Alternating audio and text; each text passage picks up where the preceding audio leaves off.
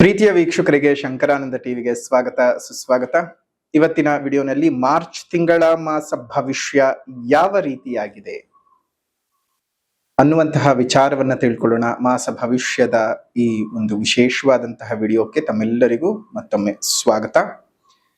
ಮಾಸ ಭವಿಷ್ಯವನ್ನ ತಿಳ್ಕೊಳ್ಳೋಕೆ ಮುಂಚಿತವಾಗಿ ಯಾರಾದ್ರೂ ಶಂಕರಾನಂದ ಟಿವಿ ಯೂಟ್ಯೂಬ್ ವಾಹಿನಿಯನ್ನ ಸಬ್ಸ್ಕ್ರೈಬ್ ಮಾಡಿಲ್ಲ ಅಂದ್ರೆ ಸಬ್ಸ್ಕ್ರೈಬ್ ಮಾಡ್ಕೊಳ್ಳಿ. ಫೇಸ್ಬುಕ್ ಪೇಜ್, ಇನ್ಸ್ಟಾಗ್ರಾಮ್ ಪೇಜ್ ನ ಫಾಲೋ ಮಾಡ್ತಾ ಇಲ್ಲ ಅಂದ್ರೆ ಫಾಲೋ ಮಾಡಿ. ಅದರಿಂದ ನೆಕ್ಸ್ಟ್ ಅಪ್ಲೋಡ್ ಆಗುವಂತಹ ವಿಡಿಯೋಗಳು ನಿಮಗೆ ನೋಟಿಫಿಕೇಶನ್ ಮುಖಾಂತರ ಬಂದು ತಲುಪತ್ತೆ. ಹೊಸ ಹೊಸ ಮಾಹಿತಿಗಳನ್ನ ತಿಳ್ಕೊಳ್ಳೋದಕ್ಕೆ ಸಾಧ್ಯವಾಗುತ್ತೆ ಅಂತ ತಿಳಿಸ್ತಾ, ನೋಡ್ತಾ ನೋಡ್ತಾ ಮೂರನೇ ತಿಂಗಳು, ಕ್ಯಾಲೆಂಡರ್ನ ಮೂರನೇ ತಿಂಗಳು ಬಂತು. ಕಷ್ಟಪಟ್ಟು ಒಂದ್ ಸೈಟ್ ಅನ್ನ ಕೊಂಡ್ಕೊಂಡಿದ್ದಾಯ್ತು. ಈಗ ಆ ಜಾಗದಲ್ಲಿ ಮನೆ ಕಟ್ಟಿಸ್ಬೇಕು.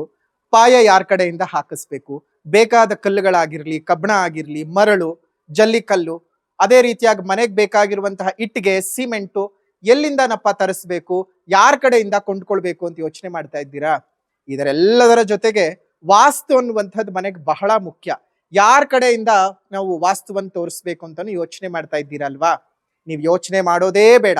ಪಾಯ ಹಾಕೋದ್ರಿಂದ ಹಿಡಿದು ಮನೆಗೆ ಯಾವ ರೀತಿಯಾಗಿ ವಾಸ್ತು ಇರಬೇಕು ಅಂತ, ಜೊತೆಗೆ ಆ ಮನೆಗೆ ತಕ್ಕ ಹಾಗೆ ಯಾವ ಬಣ್ಣವನ್ನ ಹಾಕಬೇಕು, ನೆಲಕ್ಕೆ ಯಾವ ಕಲ್ಲು ಹಾಕಬೇಕು, ಗೋಡೆಗೆ ಯಾವ ಬಣ್ಣ ಬಳಿಬೇಕು, ಯಾವ ಕಬ್ಬಣ ಉಪಯೋಗಿಸಬೇಕು ಅಂತೆಲ್ಲ ವಿಶೇಷವಾದ ಮಾಹಿತಿಗಳನ್ನ ಪಾಯದಿಂದ ಹಿಡಿದು ಗೃಹ ಪ್ರವೇಶದವರೆಗೂ ನಿಮಗೆ ಬೇಕಾದಂತಹ ಎಲ್ಲಾ ಸವಲತ್ತುಗಳನ್ನ ಒಂದೇ ಸೂರಿನಡಿ ಕೊಡ್ತಾ ಇದ್ದಾರೆ.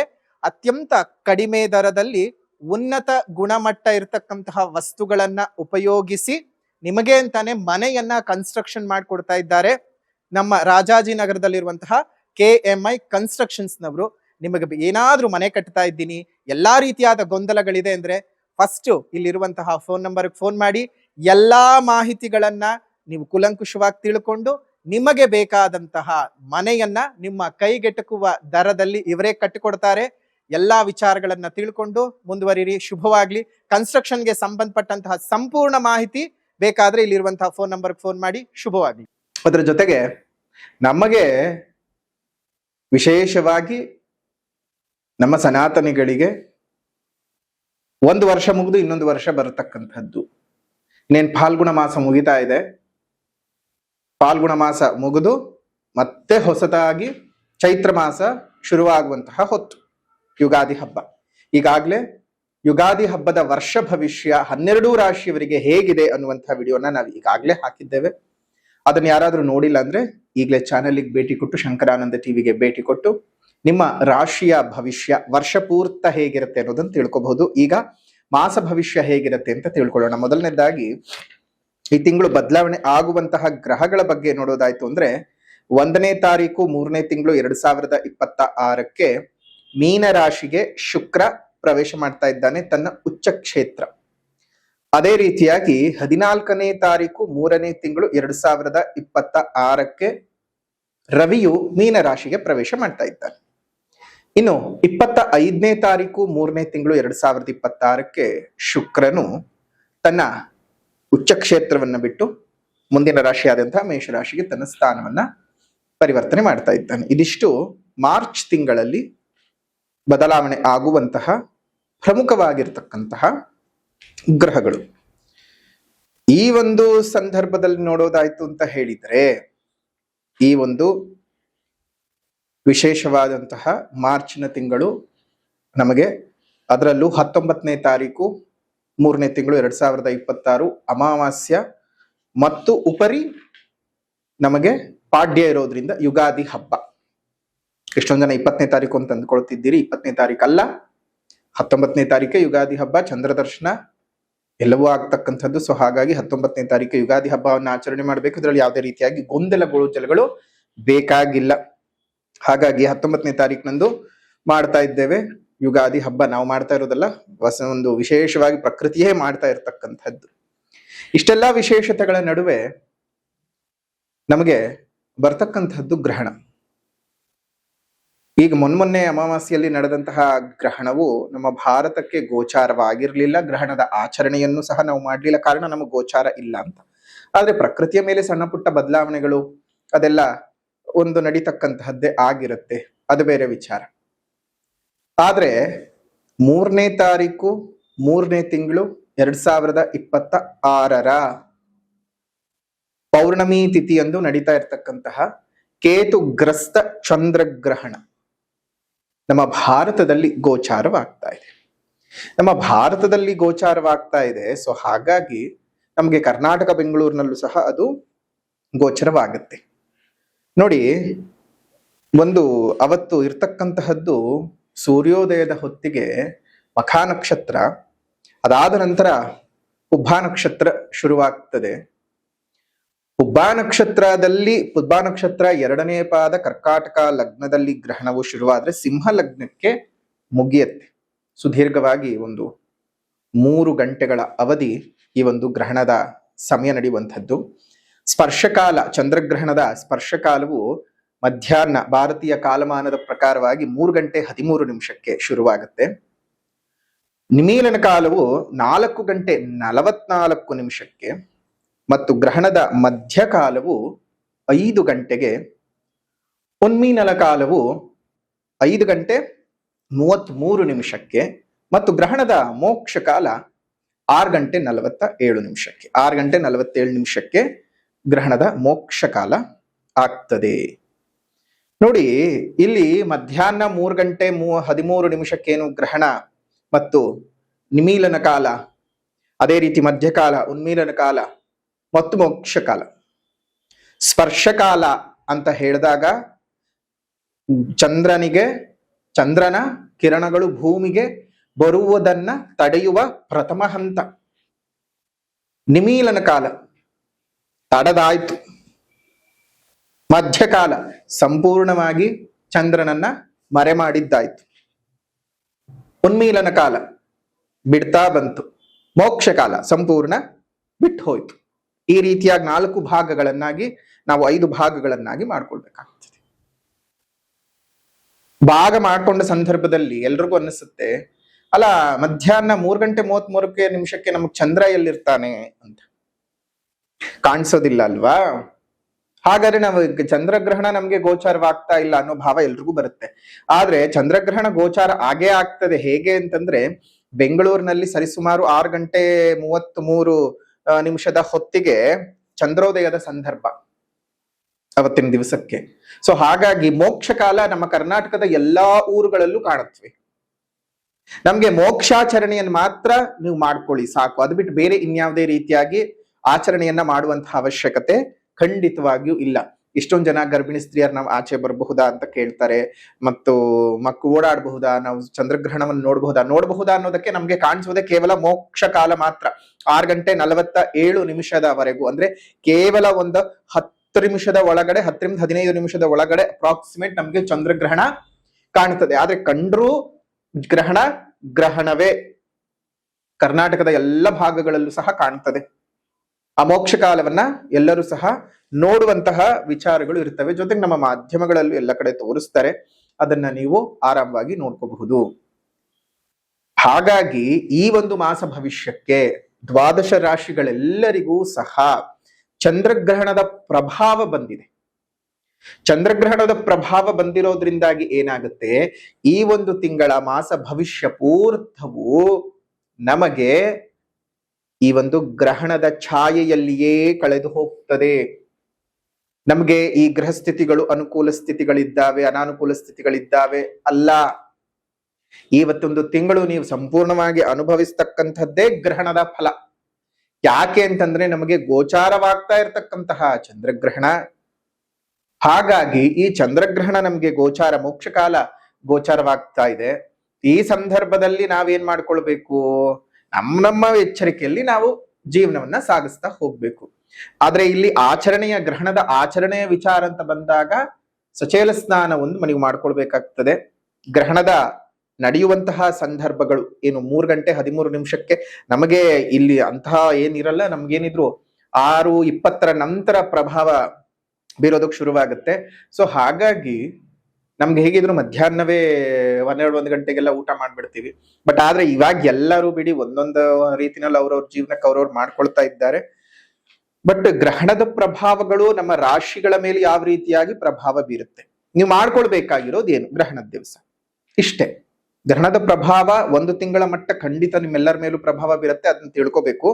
ಅದ್ರ ಜೊತೆಗೆ ವಿಶೇಷವಾಗಿ ಗ್ರಹಣದ ಈ ಸಂದರ್ಭದಲ್ಲಿ ಯಾರ್ಯಾರು ಸಾಧನೆಗೆ ಅಂತ ಕೂತ್ಕೊಳ್ತಿರಲ್ಲ, ತುಂಬಾ ಅಂದ್ರೆ ತುಂಬಾ ಒಳ್ಳೇದು. ಮಂತ್ರ ಸಿದ್ಧಿಯನ್ನ ಮಾಡ್ಕೊಳ್ಳಿ, ಮಂತ್ರ ಸಾಧನೆಯನ್ನ ಮಾಡ್ಕೊಳ್ಳಿ. ಅದರಿಂದ ಮುಂದಿನ ಜೀವನಕ್ಕೆ ನಿಮ್ಗೆ ಅನುಕೂಲತೆಗಳು ಉಂಟಾಗ್ತದೆ. ಅದೇ ರೀತಿಯಾಗಿ ಇದೇ ಗ್ರಹಣದ ಸಂದರ್ಭದೊಳಗಡೆ ನೀವು ಮಾಡ್ಕೊಳ್ಬೇಕಾಗಿರ್ತಕ್ಕಂತಹ ಒಂದು ವಿಚಾರಗಳಲ್ಲಿ ಒಂದು ಆಹಾರದ ಕ್ರಮಗಳ ಬಗ್ಗೆ ಅಂತಹ ತಲೆ ಕೆಡಿಸ್ಕೊಳ್ಳುವಂತಹ ಅವಶ್ಯಕತೆ ಇಲ್ಲ. ಗ್ರಹಣ ಮುಗಿದ ನಂತರದಲ್ಲಿ 6:47 ಸಚೇಲ ಸ್ನಾನ, ನೀವು ಏನು ಬಟ್ಟೆ ಹಾಕೊಂಡಿರ್ತೀರೋ ಆ ಬಟ್ಟೆ ಸಮೇತ ಸ್ನಾನ ಮಾಡ್ತಕ್ಕಂಥದ್ದು. ಸ್ನಾನ ಮಾಡಿ ಅದನ್ನ ಶುದ್ಧ ಮಾಡ್ಕೊಂಡು ನಿಮ್ಮ ಮನೆಗಳನ್ನೆಲ್ಲ ಶುದ್ಧ ಮಾಡ್ಕೊಂಡು ಬಿಸಿಯಾಗಿ ಊಟ ಮಾಡ್ಕೊಳ್ಳಿ. ಇನ್ನು ಈ ಒಂದು ಗ್ರಹಣದ ಛಾಯೆ ಯಾವ್ಯಾವ ಸಂದರ್ಭಗಳಲ್ಲಿ ನಮ್ಗೆ ಹೇಗೆ ಪ್ರಭಾವ ಬೀರುತ್ತೆ? ಈಗ ಮೊನ್ನೆ ಸೂರ್ಯಗ್ರಹಣಕ್ಕೆ ವಿಡಿಯೋ ಮಾಡಿದಂತಹ ಸಂದರ್ಭದಲ್ಲಿ ಹಲವು ಜನ ಗೊಂದಲಗಳಿದ್ದಾವೆ. ಗುರುಗಳೇ, ಏನೋ 1, 2, 3, 4 ಅಂತ ಲೆಕ್ಕ ಹೇಳ್ತೀರಿ, ನಮ್ಗೆ ಗೊತ್ತೇ ಆಗ್ತಾ ಇಲ್ಲ ಅಂತ. ಇಲ್ಲಿ ನೋಡಿ ಎಷ್ಟು ಕ್ಲಿಯರ್ ಆಗಿ ನಾವು ಹೇಳಿರ್ತೀವಿ ಅಂತ ಹೇಳಿದ್ರೆ, ನಿಮ್ಮ ಜನ್ಮ ರಾಶಿಯು ಉದಾಹರಣೆಗೆ ಮೇಷ ರಾಶಿಯಾದರೆ ಈಗ ಗ್ರಹಣ ನಡೀತಾ ಇರತಕ್ಕಂತಹ ರಾಶಿ ಸಿಂಹ ರಾಶಿ. ನಿಮ್ಮ ರಾಶಿಯಿಂದ ಗ್ರಹಣ ನಡೆಯುತ್ತಾ ಇರುವಂತಹ ರಾಶಿಯನ್ನ ಎಣಿಸಿದಾಗ ಮೇಷ, ವೃಷಭ, ಮಿಥುನ, ಕಟಕ, ಸಿಂಹ ಅಂದ್ರೆ 5ನೇ ರಾಶಿಯಲ್ಲಿ ಗ್ರಹಣ ನಡೀತಾ ಇದೆ. ಹಾಗೆಯೇ ನಿಮ್ಮ ರಾಶಿಯಿಂದ ಗ್ರಹಣ ನಡೀತಾ ಇರುವಂತಹ ರಾಶಿಯನ್ನ ಎಣಿಕೆ ಮಾಡ್ಕೋಬೇಕು. ಮೇಷ ರಾಶಿ ಅಂದ್ರೆ 5ನೇ ಮನೆ, ವೃಷಭ ರಾಶಿ ಅಂತ ಹೇಳಿದ್ರೆ ಅಲ್ಲಿಂದ ನಡೀತಾ ಇರ್ತಕ್ಕಂಥದ್ದು 4ನೇ ಮನೆ. ಈ ರೀತಿಯಾಗಿ ನಾವು ಲೆಕ್ಕ ಮಾಡಿ, ಮಿಥುನ ರಾಶಿ ಅಂದ್ರೆ 3, ಕಟಕ ಅಂದ್ರೆ 2, ಸಿಂಹ ಅಂತ ಹೇಳಿದ್ರೆ ರಾಶಿಯಲ್ಲೇ ಅಂದ್ರೆ 1ನೇ ಮನೆಯಲ್ಲಿಗೆ. ಈ ರೀತಿಯಾಗಿ ನಾವು ವಿಭಾಗವನ್ನು ಮಾಡ್ಕೊಳ್ತಾ ಹೋಗ್ಬೇಕು. ಇದೇ ದೊಡ್ಡ ವಿದ್ಯೆ ಏನಲ್ಲ, ಸರಿಯಾಗಿ ಕೇಳಿಸ್ಕೋಬೇಕಷ್ಟೇ. ನಮ್ಮಲ್ಲಿ ಕೆಲವ್ರು ಏನ್ ಮಾಡ್ತಾರೆ, ವಿಡಿಯೋ ಸ್ಟಾರ್ಟ್ ಮಾಡೋ ಅದ್ ವಿಚಾರಗಳನ್ನು ತಿಳ್ಕೊಳ್ಳೋಕ್ಕಿಂತ ಮುಂಚೆನೆ ಕಮೆಂಟ್ಗಳನ್ನು ಮಾಡ್ತಾ ಇರ್ತೀರಿ. ಪರಿಪಕ್ವ ಇಲ್ಲದೆ ಇರತಕ್ಕಂತಹ ಮೆಂಟಾಲಿಟಿ ಅದು ಅಷ್ಟೇ. ಸೊ ಹೀಗಾಗಿ ಈ ಒಂದು ಎಲ್ಲಾ ರಾಶಿಗಳ ಮೇಲೂ, 12 ರಾಶಿಗಳ ಮೇಲೂ ಗ್ರಹಣದ ಛಾಯೆ ಬೀಳುತ್ತೆ. ಗ್ರಹಸ್ಥಿತಿಗಳು ಯಾವ್ಯಾವುದೇ ರೀತಿನಲ್ಲಿ ಇದ್ದರೂನು, ನಿಮ್ಗೆ ಹಲವರ ಕಡೆಗೆ ಅನುಕೂಲ ಅನಾನುಕೂಲಗಳಂತ ಇದ್ರೂ ಈ ಗ್ರಹಣದ ಛಾಯೆ ನಮ್ಮೆಲ್ಲರಿಗೂ ಸಹ ಬರ್ತಾ ಇದೆ. ನೋಡಿ, ನಮ್ಗೆ ಹೊಸ ವರ್ಷ ಪ್ರಾರಂಭವಾಗೋಕ್ ಮುಂಚಿತವಾಗಿಯೇ ಗ್ರಹಣ ಬಂದು ನಮ್ಮ ಜೀವನದಲ್ಲಿ ಇರ್ತಕ್ಕಂತಹ ಎಲ್ಲ ಕೆಟ್ಟದನ್ನು ತೊಲಗಿಸೋದಕ್ಕೆ ಬರ್ತಿದೆ ಅಂತ ಅರ್ಥ ಮಾಡ್ಕೋಬೇಕು. ಸೊ ಹಾಗಾಗಿ ಗ್ರಹಣದ ಈ ವಿಚಾರ ಮಾಸ ಭವಿಷ್ಯಕ್ಕೆ ಬಂದಿರತಕ್ಕಂಥದ್ದು ಒಂದ್ ರೀತಿಯಾಗಿ ಒಂದ್ ಹಂತಕ್ಕೆ ಮಾಸ ಭವಿಷ್ಯ ಕಂ ಗ್ರಹಣ ಭವಿಷ್ಯ ಇದಾಗಿರುತ್ತೆ. ಇನ್ನು ಮೀನ ರಾಶಿಯವರಿಗೆ ಮಾರ್ಚ್ ತಿಂಗಳ ಮಾಸ ಭವಿಷ್ಯ ಹೇಗಿದೆ ಅಂತ ಗಮನಿಸೋದಾಯ್ತು ಅಂದ್ರೆ, ನೋಡಿ, ರಾಶಿಯಲ್ಲೇ ಇರ್ತಕ್ಕಂತಹ ಶನಿ ಮತ್ತು ಶುಕ್ರರು, ಚತುರ್ಥ ಸ್ಥಾನದಲ್ಲಿರ್ತಕ್ಕಂತಹ ಗುರುವು, 6ನೇ ಮನೆ ಒಳಗಡೆ ಇರ್ತಕ್ಕಂತಹ ಕೇತು, 12ನೇ ಮನೆಯಲ್ಲಿ ಇರ್ತಕ್ಕಂತಹ ರವಿ, ಕುಜ, ಬುಧ, ರಾಹು ಈ ಒಂದು ಮಾರ್ಚ್ ತಿಂಗಳಲ್ಲಿ ಇರ್ತಕ್ಕಂಥದ್ದು.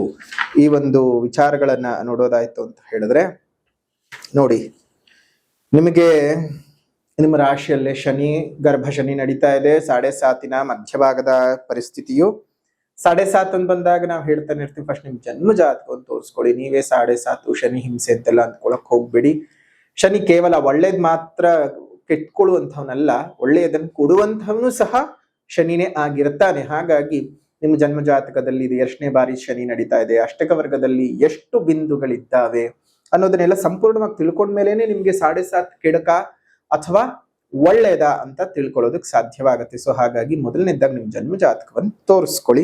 ಶನಿ ಬಲ ಗೋಚಾರದಲ್ಲಿ ಸಾಧಾರಣವಾಗಿಲ್ಲ. ಅದೇ ರೀತಿಯಾಗಿ ಗುರುಬಲ ಈಗ ನಿಮ್ಗಿಲ್ಲ, ಮುಂದಕ್ಕೆ ಗುರುಬಲ 5ಮ ಸ್ಥಾನಕ್ಕೆ ಉಚ್ಚಂಗತನಾಗಿ ಬರ್ತಾ ಇತ್ತು.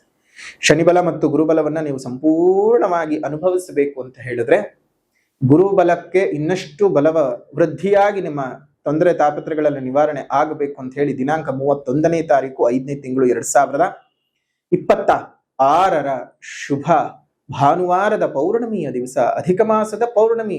ನೋಡಿ, ಅಧಿಕಸ್ಯ ಅಧಿಕ ಫಲಂ ಅಂತ ಹೇಳ್ತಾರೆ. ಈ ಮಾಸದಲ್ಲಿ ಬರ್ತಕ್ಕಂತಹ ಪೌರ್ಣಮಿ ಆಗಿರಬಹುದು, ಅಮಾವಾಸ್ಯೆ ಆಗಿದ್ದಿರಬಹುದು, ಅತ್ಯಂತ ಶುಭ ಫಲಗಳನ್ನ ನಮ್ಮ ಜೀವನದಲ್ಲಿ ಅನುಭವಿಸಿಕೊಳ್ಳೋದಕ್ಕೆ ಸಾಧ್ಯ ಮಾಡಿಕೊಡ್ತದೆ. ಸೊ ಹಾಗಾಗಿ ಈ ಅಧಿಕ ಮಾಸದ ಪೌರ್ಣಮಿಯ ದಿವಸ ಮಾಡ್ತಾ ಇರ್ತಕ್ಕಂತಹ ಗುರುಮಹಾಯಾಗದಲ್ಲಿ ಬಂದು ಪಾಲ್ಗೊಳ್ಳಿ. ಗುರುಮಹಾಯಾಗದ ಶ್ರೀರಕ್ಷೆಯನ್ನ, ಅಕ್ಷತ ಪ್ರಸಾದವನ್ನ ಕೊಡ್ತೇವೆ ಮತ್ತು ಗುರು ಬೃಹಸ್ಪತಿ ಚಕ್ರವನ್ನ ಕೊಡ್ತೇವೆ. ಅದನ್ನ ನಿಮ್ಮ ಒಂದು ದೇಹದಲ್ಲಿ ಧರಿಸ್ಕೊಳ್ಳಿ, ನಿಮ್ಮ ಜೊತೆನಲ್ಲೇ ಇಟ್ಟುಕೊಂಡಿರಿ. ಅದು ನಿಮ್ಗೆ ಗುರುಬಲ ಇನ್ನಷ್ಟು ಹೆಚ್ಚಿನ ರೀತಿಯಲ್ಲಿ, ನಿಮ್ಮ ರಾಷ್ಟ್ರಾಧಿಪತಿಯೇ ಗುರುವಾಗಿದ್ದಾನೆ, ಗುರುವಿನ ಅನುಗ್ರಹಕ್ಕೂ ಸಹ ಕಾರಣವಾಗ್ತದೆ. ಅದೇ ರೀತಿಯಾಗಿ 12ನೇ ತಾರೀಕು 7ನೇ ತಿಂಗಳು 2026 ಭಾನುವಾರದ ಪ್ರದೋಷದ ಶುಭ ಸಂದರ್ಭದಲ್ಲಿ, ಪ್ರದೋಷ ಇರ್ತಕ್ಕಂಥದ್ದು, ಶನಿಬಲ ಇಲ್ಲ, ಅರ್ಥ ಮಾಡ್ಕೊಳ್ಳಿ. ಹಾಗಂತ ಹೇಳಿ 7.5 ತೊಂದ್ರೆ ಅಂತಾನೆ ನೀವು ತಲೆಯಲ್ಲಿ ತುಂಬ್ಕೊಳ್ಳೋದು ಬೇಡ. ಮೊದಲೇ ಹೇಳ್ಬಿಟ್ಟಿದ್ದೀವಿ, ಶನಿ ವೃದ್ಧಿಗೋಸ್ಕರ, ಶನಿ ಬಲ ವೃದ್ಧಿಗೋಸ್ಕರವಾಗಿ ಶನಿ ಮಹಾಯಾಗವನ್ನ ಮಾಡ್ತಾ ಇದ್ದೇವೆ. ನೀವು ಸಹ ಆ ಶನಿ ಮಹಾಯಾಗದಲ್ಲಿ ಬಂದು ಪಾಲ್ಗೊಳ್ಳಿ. ಆ ಶನಿ ರಕ್ಷೆ ಮತ್ತು ವಿಶೇಷವಾಗಿ ಕೊಡ್ತಕ್ಕಂತಹ ಕಪ್ಪು ಪ್ರಸಾದವನ್ನ ನೀವು ಹಣೆಗೆ ಹಚ್ಕೊಳ್ಳೋದ್ರಿಂದ ಬಹಳ ಅನುಕೂಲತೆಗಳನ್ನ ನೀವು ಸೃಷ್ಟಿ ಮಾಡ್ಕೊಳ್ಳೋದಕ್ಕೆ ಸಾಧ್ಯವಿದೆ. ನಿಮ್ಮ ಜೀವನದಲ್ಲಿರ್ತಕ್ಕಂತಹ ತೊಂದರೆ ತಾಪತ್ರೆಗಳನ್ನ ನೀವು ನಿವಾರಿಸ್ಕೊಳ್ಳಿ. ಎಲ್ಲವೂ ಸಹ ಅನುಕೂಲತೆಗಳ ಹಿತದೃಷ್ಟಿಯಲ್ಲಿ ನಿಮ್ಗೋಸ್ಕರವಾಗಿಯೇ ಮಾಡ್ತಾ ಇರತಕ್ಕಂತಹದ್ದು ಈ ಗುರು ಮಹಾಯಾಗ ಮತ್ತು ಶನಿ ಮಹಾಯಾಗ. ಶನಿ ಮಹಾಯಾಗ ಮತ್ತು ಗುರು ಮಹಾಯಾಗದ ಸಂಪೂರ್ಣವಾಗಿರ್ತಕ್ಕಂತಹ ಸದುಪಯೋಗವನ್ನು ಮಾಡ್ಕೊಳ್ಳಿ. ಇದಕ್ಕಿರ್ತಕ್ಕಂತಹ ಶುಲ್ಕ ಒಂದು ಯಾಗಕ್ಕೆ ಒಬ್ಬರಿಗೆ 800 ರೂಪಾಯಿಗಳು. ಬಹಳ ಕಡಿಮೆ ದರದಲ್ಲಿ ತಮ್ಮೆಲ್ಲರಿಗೂ ಸಹ ಅನುಕೂಲವಾಗಬೇಕು ಅಂತ ಮಾಡ್ತಾ ಇರ್ತಕ್ಕಂಥದ್ದು. ಇದರ ಉಪಯೋಗವನ್ನ ತಾವೆಲ್ಲರೂ ಸಹ ಪಡ್ಕೊಳ್ಳಿ. ಇನ್ನು 3ನೇ ತಾರೀಕು ಗ್ರಹಣ ಬೇರೆ ಇದೆ. ಗ್ರಹಣದ ಪ್ರಭಾವ ಅಂತ ನೋಡಿದಾಗ ಮೀನರಾಶಿಯವರಿಗೆ ನಿಮ್ಮ ಜನ್ಮ ರಾಶಿಯಿಂದ ಕೇತುಗ್ರಸ್ತ ಚಂದ್ರಗ್ರಹಣವು ಉಂಟಾಗ್ತಾ ಇರತಕ್ಕಂಥದ್ದು 6ನೇ ಮನೆಯಲ್ಲಿ ಉಂಟಾಗ್ತಾ ಇರುವಂತದ್ದು. ನಿಮಗೆ ರೋಗಗಳಿಂದ ನಿವಾರಣೆಗಳು ಬರುತ್ತವೆ, ಆರೋಗ್ಯದಲ್ಲಿ ಅಭಿವೃದ್ಧಿ ಆಗುತ್ತೆ, ಹಣಕಾಸಿನ ಅಭಿವೃದ್ಧಿ, ಶತ್ರುಕಾಟಗಳಿಂದ ದೂರ, ಎಲ್ಲಾ ರೀತಿಯಾಗಿರತಕ್ಕಂತಹ ಒಂದು ತೊಂದರೆ ತಾಪತ್ರೆ ಗ್ರಹಣ ಮುಗಿತಾ ಇದ್ದ ಹಾಗೆ ನಿಮ್ಮ ಬದುಕಿನಲ್ಲಿ ಹೊಸದೊಂದು ಹೊಂಬೆಳಕು ಮೂಡ್ತದೆ. ಎಲ್ಲಾ ತಾಪತ್ರೆಗಳು ಸಹ ನಿಮಗೆ ನಿವಾರಣೆ ಆಗ್ತಕ್ಕಂತಹದ್ದು. ಒಂದೆಷ್ಟು ನೆಮ್ಮದಿ, ಅಯ್ಯೋ ನಿಮಗೆ ಸಾಧ್ಯವೇ ಇರದೇ ಇರತಕ್ಕಂತಹ ಹಣದ ಒಳಹರಿವು ನಿಮ್ಮ ಸ್ತರದ ಅನುಸಾರದಲ್ಲಿ. ಹಾಗಂತ ಹೇಳಿ ಎಲ್ಲರಿಗೂ ಕೋಟಿ ಹರಿದು ಬರುತ್ತೆ ಅಂತಲ್ಲ. ನೀವು ಕೋಟಿ ಸಂಪಾದನೆ ಮಾಡೋ ಸ್ತರದಲ್ಲಿದ್ರೆ ಕೋಟಿ ಸಂಪಾದನೆ ಮಾಡ್ತೀರಿ, ಲಕ್ಷ ಸಂಪಾದನೆ ಮಾಡೋ ಸ್ತರದಲ್ಲಿದ್ರೆ ಲಕ್ಷ ಸಂಪಾದನೆ ಮಾಡ್ತೀರಿ, 1000 ಸಂಪಾದನೆ ಮಾಡೋ ಸ್ಥಳದಲ್ಲಿದ್ರೆ 1000 ಸಂಪಾದನೆ ಮಾಡ್ತೀರಿ. ಅಂದ್ರೆ ನಿಮ್ಮ ಸ್ತರದ ಅನುಗುಣವಾಗಿ ನೀವು ಹಿಂದೆ ಮಾಡ್ತಾ ಇದ್ದ ಸಂಪಾದನೆಗಿಂತ ಹೆಚ್ಚಿನ ಸಂಪಾದನೆ. ಎಷ್ಟೋ ಜನರಿಗೆ ದುಡ್ಡು ಕೊಟ್ಟು ಕಾಸು ಕೊಟ್ಟು ನೆಮ್ಮದಿನ ಹಾಳು ಮಾಡ್ಕೊಂಡು ಚಿಂತೆ ಹಚ್ಕೊಂಡು ಕೂತಿರ್ತೀರಿ. ಅದಕ್ಕೆಲ್ಲದಕ್ಕೂ ಉತ್ತಮವಾಗಿರ್ತಕ್ಕಂತಹ ಫಲಗಳು ಸಿಗ್ತದೆ. ನಿಮ್ಮ ಕೈಯಿಂದ ಹೋಗಿರ್ತಕ್ಕಂತಹ ಹಣಕಾಸುಗಳು ಪುನಃ ಎಷ್ಟೋ ಒಂದಷ್ಟು, ಸಂಪೂರ್ಣ ಅಲ್ಲದೆ ಇದ್ರೆ ಒಂದಷ್ಟು ಬಂದು ಕೈ ಸೇರ್ತಕ್ಕಂಥದ್ದು. ಮಾನಸಿಕವಾಗಿ ನೆಮ್ಮದಿಯನ್ನ ಪಡ್ಕೊಳ್ತೀರಾ.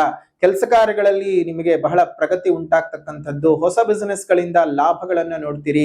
ಪಾಲುದಾರಿಕ ಬಿಸಿನೆಸ್ ಗಳು ನಿಮ್ಗೆ ಬಹಳ ನೆಮ್ಮದಿಯನ್ನ ತಂದುಕೊಡುತ್ತೆ. ಹಣದ ಒಳಹರಿವನ್ನು ಸಹ ನಿಮ್ಗೆ ಬಹಳ ಲಾಭದ ರೀತಿನಲ್ಲಿ ಉಂಟಾಗ್ತಕ್ಕಂಥದ್ದು. ಸಜ್ಜನರ ಸವಾಸಗಳು ಉಂಟಾಗ್ತದೆ. ಮನಸ್ಸಿಗೆ ಸಂತೋಷ. ನಿಮ್ಗೆ ಏನೇ ಇದ್ರು ಏನೇ ಇಲ್ಲದೆ ಇದ್ರು ಮನಸ್ಸಿಗೆ ಬಹಳ ನೆಮ್ಮದಿ ಅಂತೂ ಬಹಳ ಮುಖ್ಯ. ನೋಡಿ, ಮೀನರಾಶಿಯವರಿಗೆ ಹೇಗಾಗ್ಬಿಡತ್ತೆ ಅಂದ್ರೆ, ಬೇರೆಯವರಿಗೆಲ್ಲ ತುಂಬಾ ಚೆನ್ನಾಗಿ ಪಾಠ ಪ್ರವಚನಗಳನ್ನ ಮಾಡ್ತಕ್ಕಂಥವ್ರು ನಿಮ್ಮ ಜೀವನದಲ್ಲಿ ಅದನ್ನ ಅಳವಡಿಸ್ಕೊಳ್ಳೋದಕ್ಕಾಗಲ್ಲ. ನೋಡಿ, ಮೀನರಾಶಿಯವರನ್ನ ಬಹಳ ಸುಲಭವಾಗಿ ಮೋಸಗೊಳಿಸುವಂತಬಹುದು. 12 ರಾಶಿನಲ್ಲಿ ಮೀನರಾಶಿಯವರನ್ನ ಎಷ್ಟು ಸುಲಭವಾಗಿ ಮೋಸಗೊಳಿಸ್ತಕ್ಕಂಥ ಬಹುಶಃ ಬೇರೆ ಇನ್ಯಾವ ರಾಶಿಯೂ ಇಲ್ವೋ ಏನೋ. ಬೇರೆ ರಾಶಿಗಳನ್ನು ಮೋಸ ಮಾಡಬಹುದು, ಸಿಂಹರಾಶಿಯವರೆಗೂ ಮೋಸ ಮಾಡಬಹುದು, ಅದೇ ರೀತಿಯಾಗಿ ಮಿಥುನ ರಾಶಿಯವರೆಗೂ ಮೋಸ ಮಾಡ್ತಕ್ಕಂಥದ್ದಿದೆ, ಕುಂಭರಾಶಿಯವರೆಗೂ ಮಾಡ್ಬೋದು, ಈ ರೀತಿಯಾಗಿ. ಬಟ್ ಆದ್ರೆ ಈ ಬೇರೆ ರಾಶಿಗಳು ಸ್ವಲ್ಪ ಯೋಚನೆ ಮಾಡತ್ವೆ, ತಕ್ಷಣದ ಮುಖಕ್ಕೆ ಹೋಗೋದಿಲ್ಲ. ಬಟ್ ಮೀನ ರಾಶಿಯವ್ರು ಹಾಗಲ್ಲ. ಒಂದ್ ಸ್ವಲ್ಪ ಎಮೋಷನಲ್ ಆಗಿ ಮಾತಾಡ್ಬಿಟ್ರೆ, ಏನೋ ಪಾಪ ಇವ್ರ ಕಷ್ಟ, ಬೇಕಾದ್ರೆ ನಿಮ್ಮನ್ನ ನೀವು ಕಷ್ಟಕ್ಕೆ ಹಾಕೊಂಡು ಬೇರೆಯವ್ರನ್ನ ಕಷ್ಟದಿಂದ ಆಚೆಗೆ ತಗೊಂಡು ಬರ್ತೀರಿ.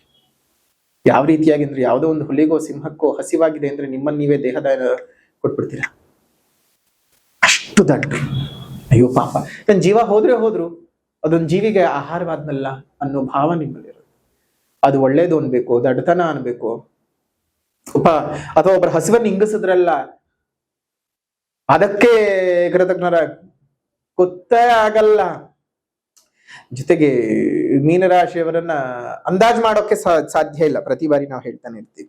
ಆರ್ಥಿಕ ಪರಿಸ್ಥಿತಿ ಬಹಳ ಉತ್ತಮ ರೀತಿಯಲ್ಲಿ ನಿಮಗೆ ಚೆನ್ನಾಗಿ ಆಗ್ತಕ್ಕಂಥದ್ದು. ಒಳ್ಳೆ ರೀತಿಯಾದಂತಹ ಬೆಳವಣಿಗೆ ಉಂಟಾಗ್ತದೆ. ನೌಕರರಿಗೆ, ಉದ್ಯೋಗದಲ್ಲಿ ಇರ್ತಕ್ಕಂಥವರಿಗೆ ಒಳ್ಳೆಯ ಅಭಿವೃದ್ಧಿ, ಮೇಲಧಿಕಾರಿಗಳ ಪ್ರಶಂಸೆಗೆ ಪಾತ್ರರಾಗ್ತೀರಾ. ಮೇಲಧಿಕಾರಿಗಳ ಶ್ರೀರಕ್ಷೆಗಳು ನಿಮಗೆ ಸಿಗ್ತಕ್ಕಂಥದ್ದು. ತಟಸ್ಥವಾದಂತಹ ಎಲ್ಲಾ ಕೆಲಸ ಕಾರ್ಯಗಳು ಸಹ ಪುನಃ ಜಾರಿಗೆ ಬರತಕ್ಕಂತಹದ್ದು. ಹಣಕಾಸಿನ ಒಳಹರಿವುಗಳು ತುಂಬಾ ಚೆನ್ನಾಗಿ ಆಗ್ತಕ್ಕಂಥದ್ದು. ಖರ್ಚುಗಳು ಕಡಿಮೆ ಆಗತಕ್ಕಂತಹದ್ದು. ನಿಮಗೆ ರೈತರಿಗೆ ಹೊಸದಾಗಿ ಆದಾಯದ ಮೂಲಗಳು ಬರ್ತಕ್ಕಂಥದ್ದಾಗತ್ತೆ. ವ್ಯಾಪಾರ ವ್ಯವಹಾರದಲ್ಲಿ ಇರತಕ್ಕಂಥವರಿಗೆ ಹೆಚ್ಚಿನ ಧನಾಗಮನಗಳು ಉಂಟಾಗತಕ್ಕಂಥದ್ದು. ಅದೇ ರೀತಿಯಾಗಿ ತುಂಬಾ ದಿವಸಗಳಿಂದ ನಂಗೆ ಪ್ರಮೋಷನ್ ಸಿಗ್ತಾ ಇಲ್ಲ, ಇನ್ಕ್ರಿಮೆಂಟ್ ಬರ್ತಾ ಇಲ್ಲ, ಇನ್ಸೆಂಟಿವ್ಸ್ ಕೊಡ್ತಾ ಇಲ್ಲ, ತುಂಬಾ ಪ್ರಾಬ್ಲಮ್ಗಳನ್ನ ಹೇಳ್ಕೊಡ್ತಾ ಇದ್ರಿ. ಈ ತಿಂಗಳು ಬಗೆಹರಿಯುತ್ತೆ, ಏನ್ ಯೋಚನೆ ಬೇಡ. ಜೊತೆಗೆ ಅಕೌಂಟ್ ಇಯರ್ ಎಂಡಿಂಗ್ ಬೇರೆ. ಎಲ್ಲರೂ ಸಹ ಕುತೂಹಲದಿಂದ ಕಾಯ್ತಾ ಇರ್ತಾರೆ, ನನ್ಗೇನಾದ್ರು ಪ್ರಮೋಷನ್ ಕೊಡ್ತಾರ, ಏನಾದ್ರು ಇನ್ಕ್ರಿಮೆಂಟ್ ಬರುತ್ತಾ. ಖಂಡಿತ ಮೀನರಾಶಿಯವರಿಗೆ ಈ ತಿಂಗಳು ಶುಭ ರೀತಿಯಾದಂತಹ ಶುಭ ಫಲದ ವೃದ್ಧಿಗಳೇ ಅತಿ ಹೆಚ್ಚಿಗೆ ಇರ್ತಕ್ಕಂಥದ್ದು. ನೆಮ್ಮದಿಯಾದಂತಹ ಜೀವನವನ್ನ ನಡೆಸಿ ಅಂತ ಹೇಳ್ತಾ ನಿಮ್ಮ ಅನೇಕ ವಿಚಾರಗಳು ಬಹಳ ಚೆನ್ನಾಗಾಗ್ತದೆ. ಬಟ್ ಜಾಗ್ರತೆ ಮಾಡ್ಬೇಕಾಗಿರೋದು ಏನಪ್ಪಾ ಅಂದ್ರೆ, ಪ್ರತಿ ಸಲ ಹೇಳೋ ಹಾಗೇನೆ ಮುಟ್ಟಾಳ್ರಾಗ್ಬೇಡಿ, ಬೇರೆಯವರ ಕಣ್ಣೀರಿಗೆ ಕರಗಬೇಡಿ, ಸತ್ಯವಾದ ಕಣ್ಣೀರಿಗಷ್ಟೇ ಕರಗಿ, ಬೇಡ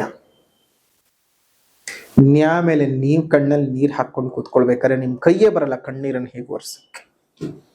ಮುಟ್ಟಾಳತನದ ಪ್ರದರ್ಶನ ಮಾಡಕ್ ಹೋಗ್ಬೇಡಿ, ಗಟ್ಟಿ. ಈಗಾಗ್ಲೇ ಜನರು ನಿಮ್ಗೆ ಕೊಟ್ಟಿರ್ತಾರೆ ಅಹಂಕಾರಿ, ದುರಹಂಕಾರಿ, ನಿಷ್ಠೂರವಾದಿ, ಕೋಪಿಷ್ಠ ಹಚ್ಕೊಂಬಿಟ್ಟು ಹಾಗೆ ಕೂತ್ಕೊಳ್ಳಿ. ಯಾಕೆ ಹೇಳಿ? ಅದರಿಂದ ನಿಮಗೆ ನೆಮ್ಮದಿ. ಕೆಂದಿರುವೆಗಳನ್ನು ಯಾರು ಮುಟ್ಟಕ್ ಹೋಗಲ್ಲ, ಕಚ್ಚುತ್ತೆ ಅನ್ನೋ ಭಯ ಅಲ್ವಾ? ಸುಮ್ಮನೆ ಆಗ್ಬಿಡಿ. ನೀವು ನಿಮ್ಮ ಜೀವನದಲ್ಲಿ ನೀವು ನೆಮ್ಮದಿ ಇಟ್ಕೊಳ್ಳಿ. ಇನ್ನು ವಿದ್ಯಾರ್ಥಿಗಳ ವಿಚಾರಕ್ಕೆ ಅಂತ ಬಂದ ಸಂದರ್ಭದಲ್ಲಿ ಸ್ವಲ್ಪ ಮಟ್ಟಕ್ಕೆ ವಿದ್ಯಾಭ್ಯಾಸದಲ್ಲಿ ಹಿನ್ನಡೆ ಉಂಟಾಗಬಹುದು, ಜಾಗೃತಿಯಾಗಿ ಇರಬೇಕು. ಸ್ವಲ್ಪ ಮಟ್ಟಕ್ಕೆ ಒಂದು ಹೈಯರ್ ಸ್ಟಡೀಸ್ ಮಾಡ್ತಾ ಇರ್ತಕ್ಕಂಥ ವಿದ್ಯಾರ್ಥಿಗಳಿಗೆ ಚತುರ್ಥಾಧಿಪತಿ ಆಗಿರ್ತಕ್ಕಂಥ ಬುಧನು ವ್ಯಯದಲ್ಲಿ ರಾಹುವಿನ ಒಟ್ಟಿಗೆ ಇರತಕ್ಕಂಥದ್ದು ಕೆಡುಕು. ಹುಷಾರ್. ಸ್ವಲ್ಪ ಮಟ್ಟಕ್ಕೆ ವಿದ್ಯೆನಲ್ಲಿ ಜಾಗ್ರತೆ ಮಾಡಿ, ಹೇಳೋ ಪರಿಹಾರದ ಕ್ರಮಗಳನ್ನ ಸರಿಯಾಗಿ ಫಾಲೋ ಮಾಡ್ತಾ ಬನ್ನಿ ಅಂತ ಹೇಳ್ತಾ, ಗುರು ಮಹಾಯಾಗ ಮತ್ತು ಶನಿ ಮಹಾಯಾಗದ ವಿಶೇಷವಾದ ಮಾಹಿತಿಗಳು ಬೇಕು ಅಂದ್ರೆ ಇಲ್ಲೇ ಇರ್ತಕ್ಕಂಥ ಫೋನ್ ನಂಬರ್ಗೆ ಫೋನ್ ಮಾಡಿ, ಅಥವಾ ವಾಟ್ಸ್ಆಪ್ ನಲ್ಲಿ ಮೆಸೇಜ್ ಮಾಡಿ. ಜಾತಕ ತೋರಿಸ್ಕೊಳ್ಬೇಕು ಅಂದ್ರೂ ಸಹ ಇಲ್ಲೇ ಇರ್ತಕ್ಕಂತಹ ಫೋನ್ ನಂಬರ್ಗೆ ಫೋನ್ ಅಥವಾ ಮೆಸೇಜ್ ಮಾಡಿ ನಿಮ್ಗೆ ಹೇಳ್ತಾರೆ.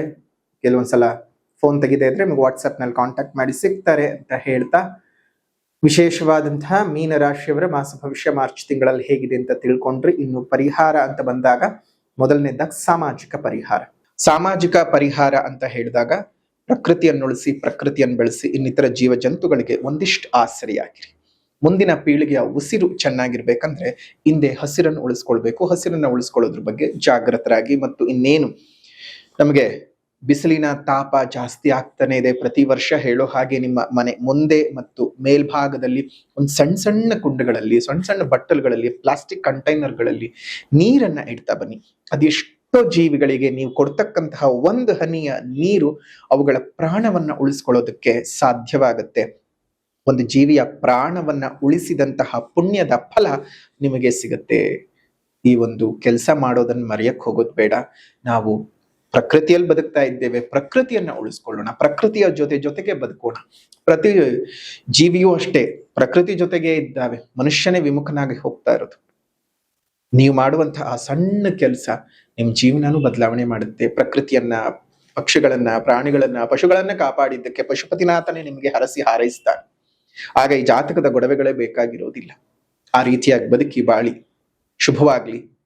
ಇನ್ನು ಸಾಮಾಜಿಕ ಪರಿಹಾರದ ನಂತರದಲ್ಲಿ ಆಧ್ಯಾತ್ಮಿಕ ಪರಿಹಾರ. ಹನುಮಾನ್ ಚಾಲಿಸದ ಪಠಣವನ್ನ ಪ್ರತಿನಿತ್ಯ ಬೆಳಗ್ಗೆ 3 ಬಾರಿ, 3 ಗಂಟೆಯಿಂದ 5 ಗಂಟೆ ಒಳಗಡೆ 3 ಬಾರಿ ಪಠಣವನ್ನು ಮಾಡ್ತಾ ಬನ್ನಿ. ಹನುಮಾನ್ ದೇವರ ಕೃಪೆ ನಿಮ್ಗೆ ಉಂಟಾಗಲಿ. ಒಂದು ವಿಶೇಷವಾಗಿರ್ತಕ್ಕಂಥ ವೀರಾಂಜನೇಯನ ಕೃಪೆ, ಭಕ್ತಾಂಜನೇಯನ ಕೃಪೆ, ಧ್ಯಾನಾಂಜನೇಯನ ಕೃಪೆ, ಎಲ್ಲರ ಕೃಪೆಯು ನಿಮ್ಗೆ ಉಂಟಾಗಲಿ ಅಂತ ಹೇಳ್ತಾ ಶುಭಾಶೀರ್ವಾದಗಳನ್ನು ತಿಳಿಸ್ತಾ ಇದ್ದೇವೆ. ಶುಭವಾಗ್ಲಿ, ಮಂಗಳವಾಗ್ಲಿ. ಇದಾಗಿತ್ತು ಮೀನರಾಶಿಯವರ ಮಾಸ ಭವಿಷ್ಯ ಹೇಗಿದೆ ಮಾರ್ಚ್ ತಿಂಗಳಲ್ಲಿ ಅಂತ. ಇನ್ನು ವಿಡಿಯೋ ಇಷ್ಟ ಆಗಿದ್ರೆ ಲೈಕ್ ಮಾಡಿ, ಶೇರ್ ಮಾಡಿ, ಕಮೆಂಟ್ ಮಾಡಿ. ಮತ್ತೊಂದು ವಿಡಿಯೋನಲ್ಲಿ ಭೇಟಿ ಮಾಡೋಣ. ಅಲ್ಲಿವರೆಗೂ ನಮಸ್ಕಾರ. ಲೋಕಾ ಸಮಸ್ತ ಸುಖಿನೋ ಭವಂತು, ಸಕಲ ಸನ್ಮಂಗಳಾನಿ ಭವಂತು, ಸರ್ವೇ ಜನಾಃ ಸುಖಿನೋ ಭವಂತು, ಸಮಸ್ತ ಸನ್ಮಂಗಳಾನಿ ಭವಂತು.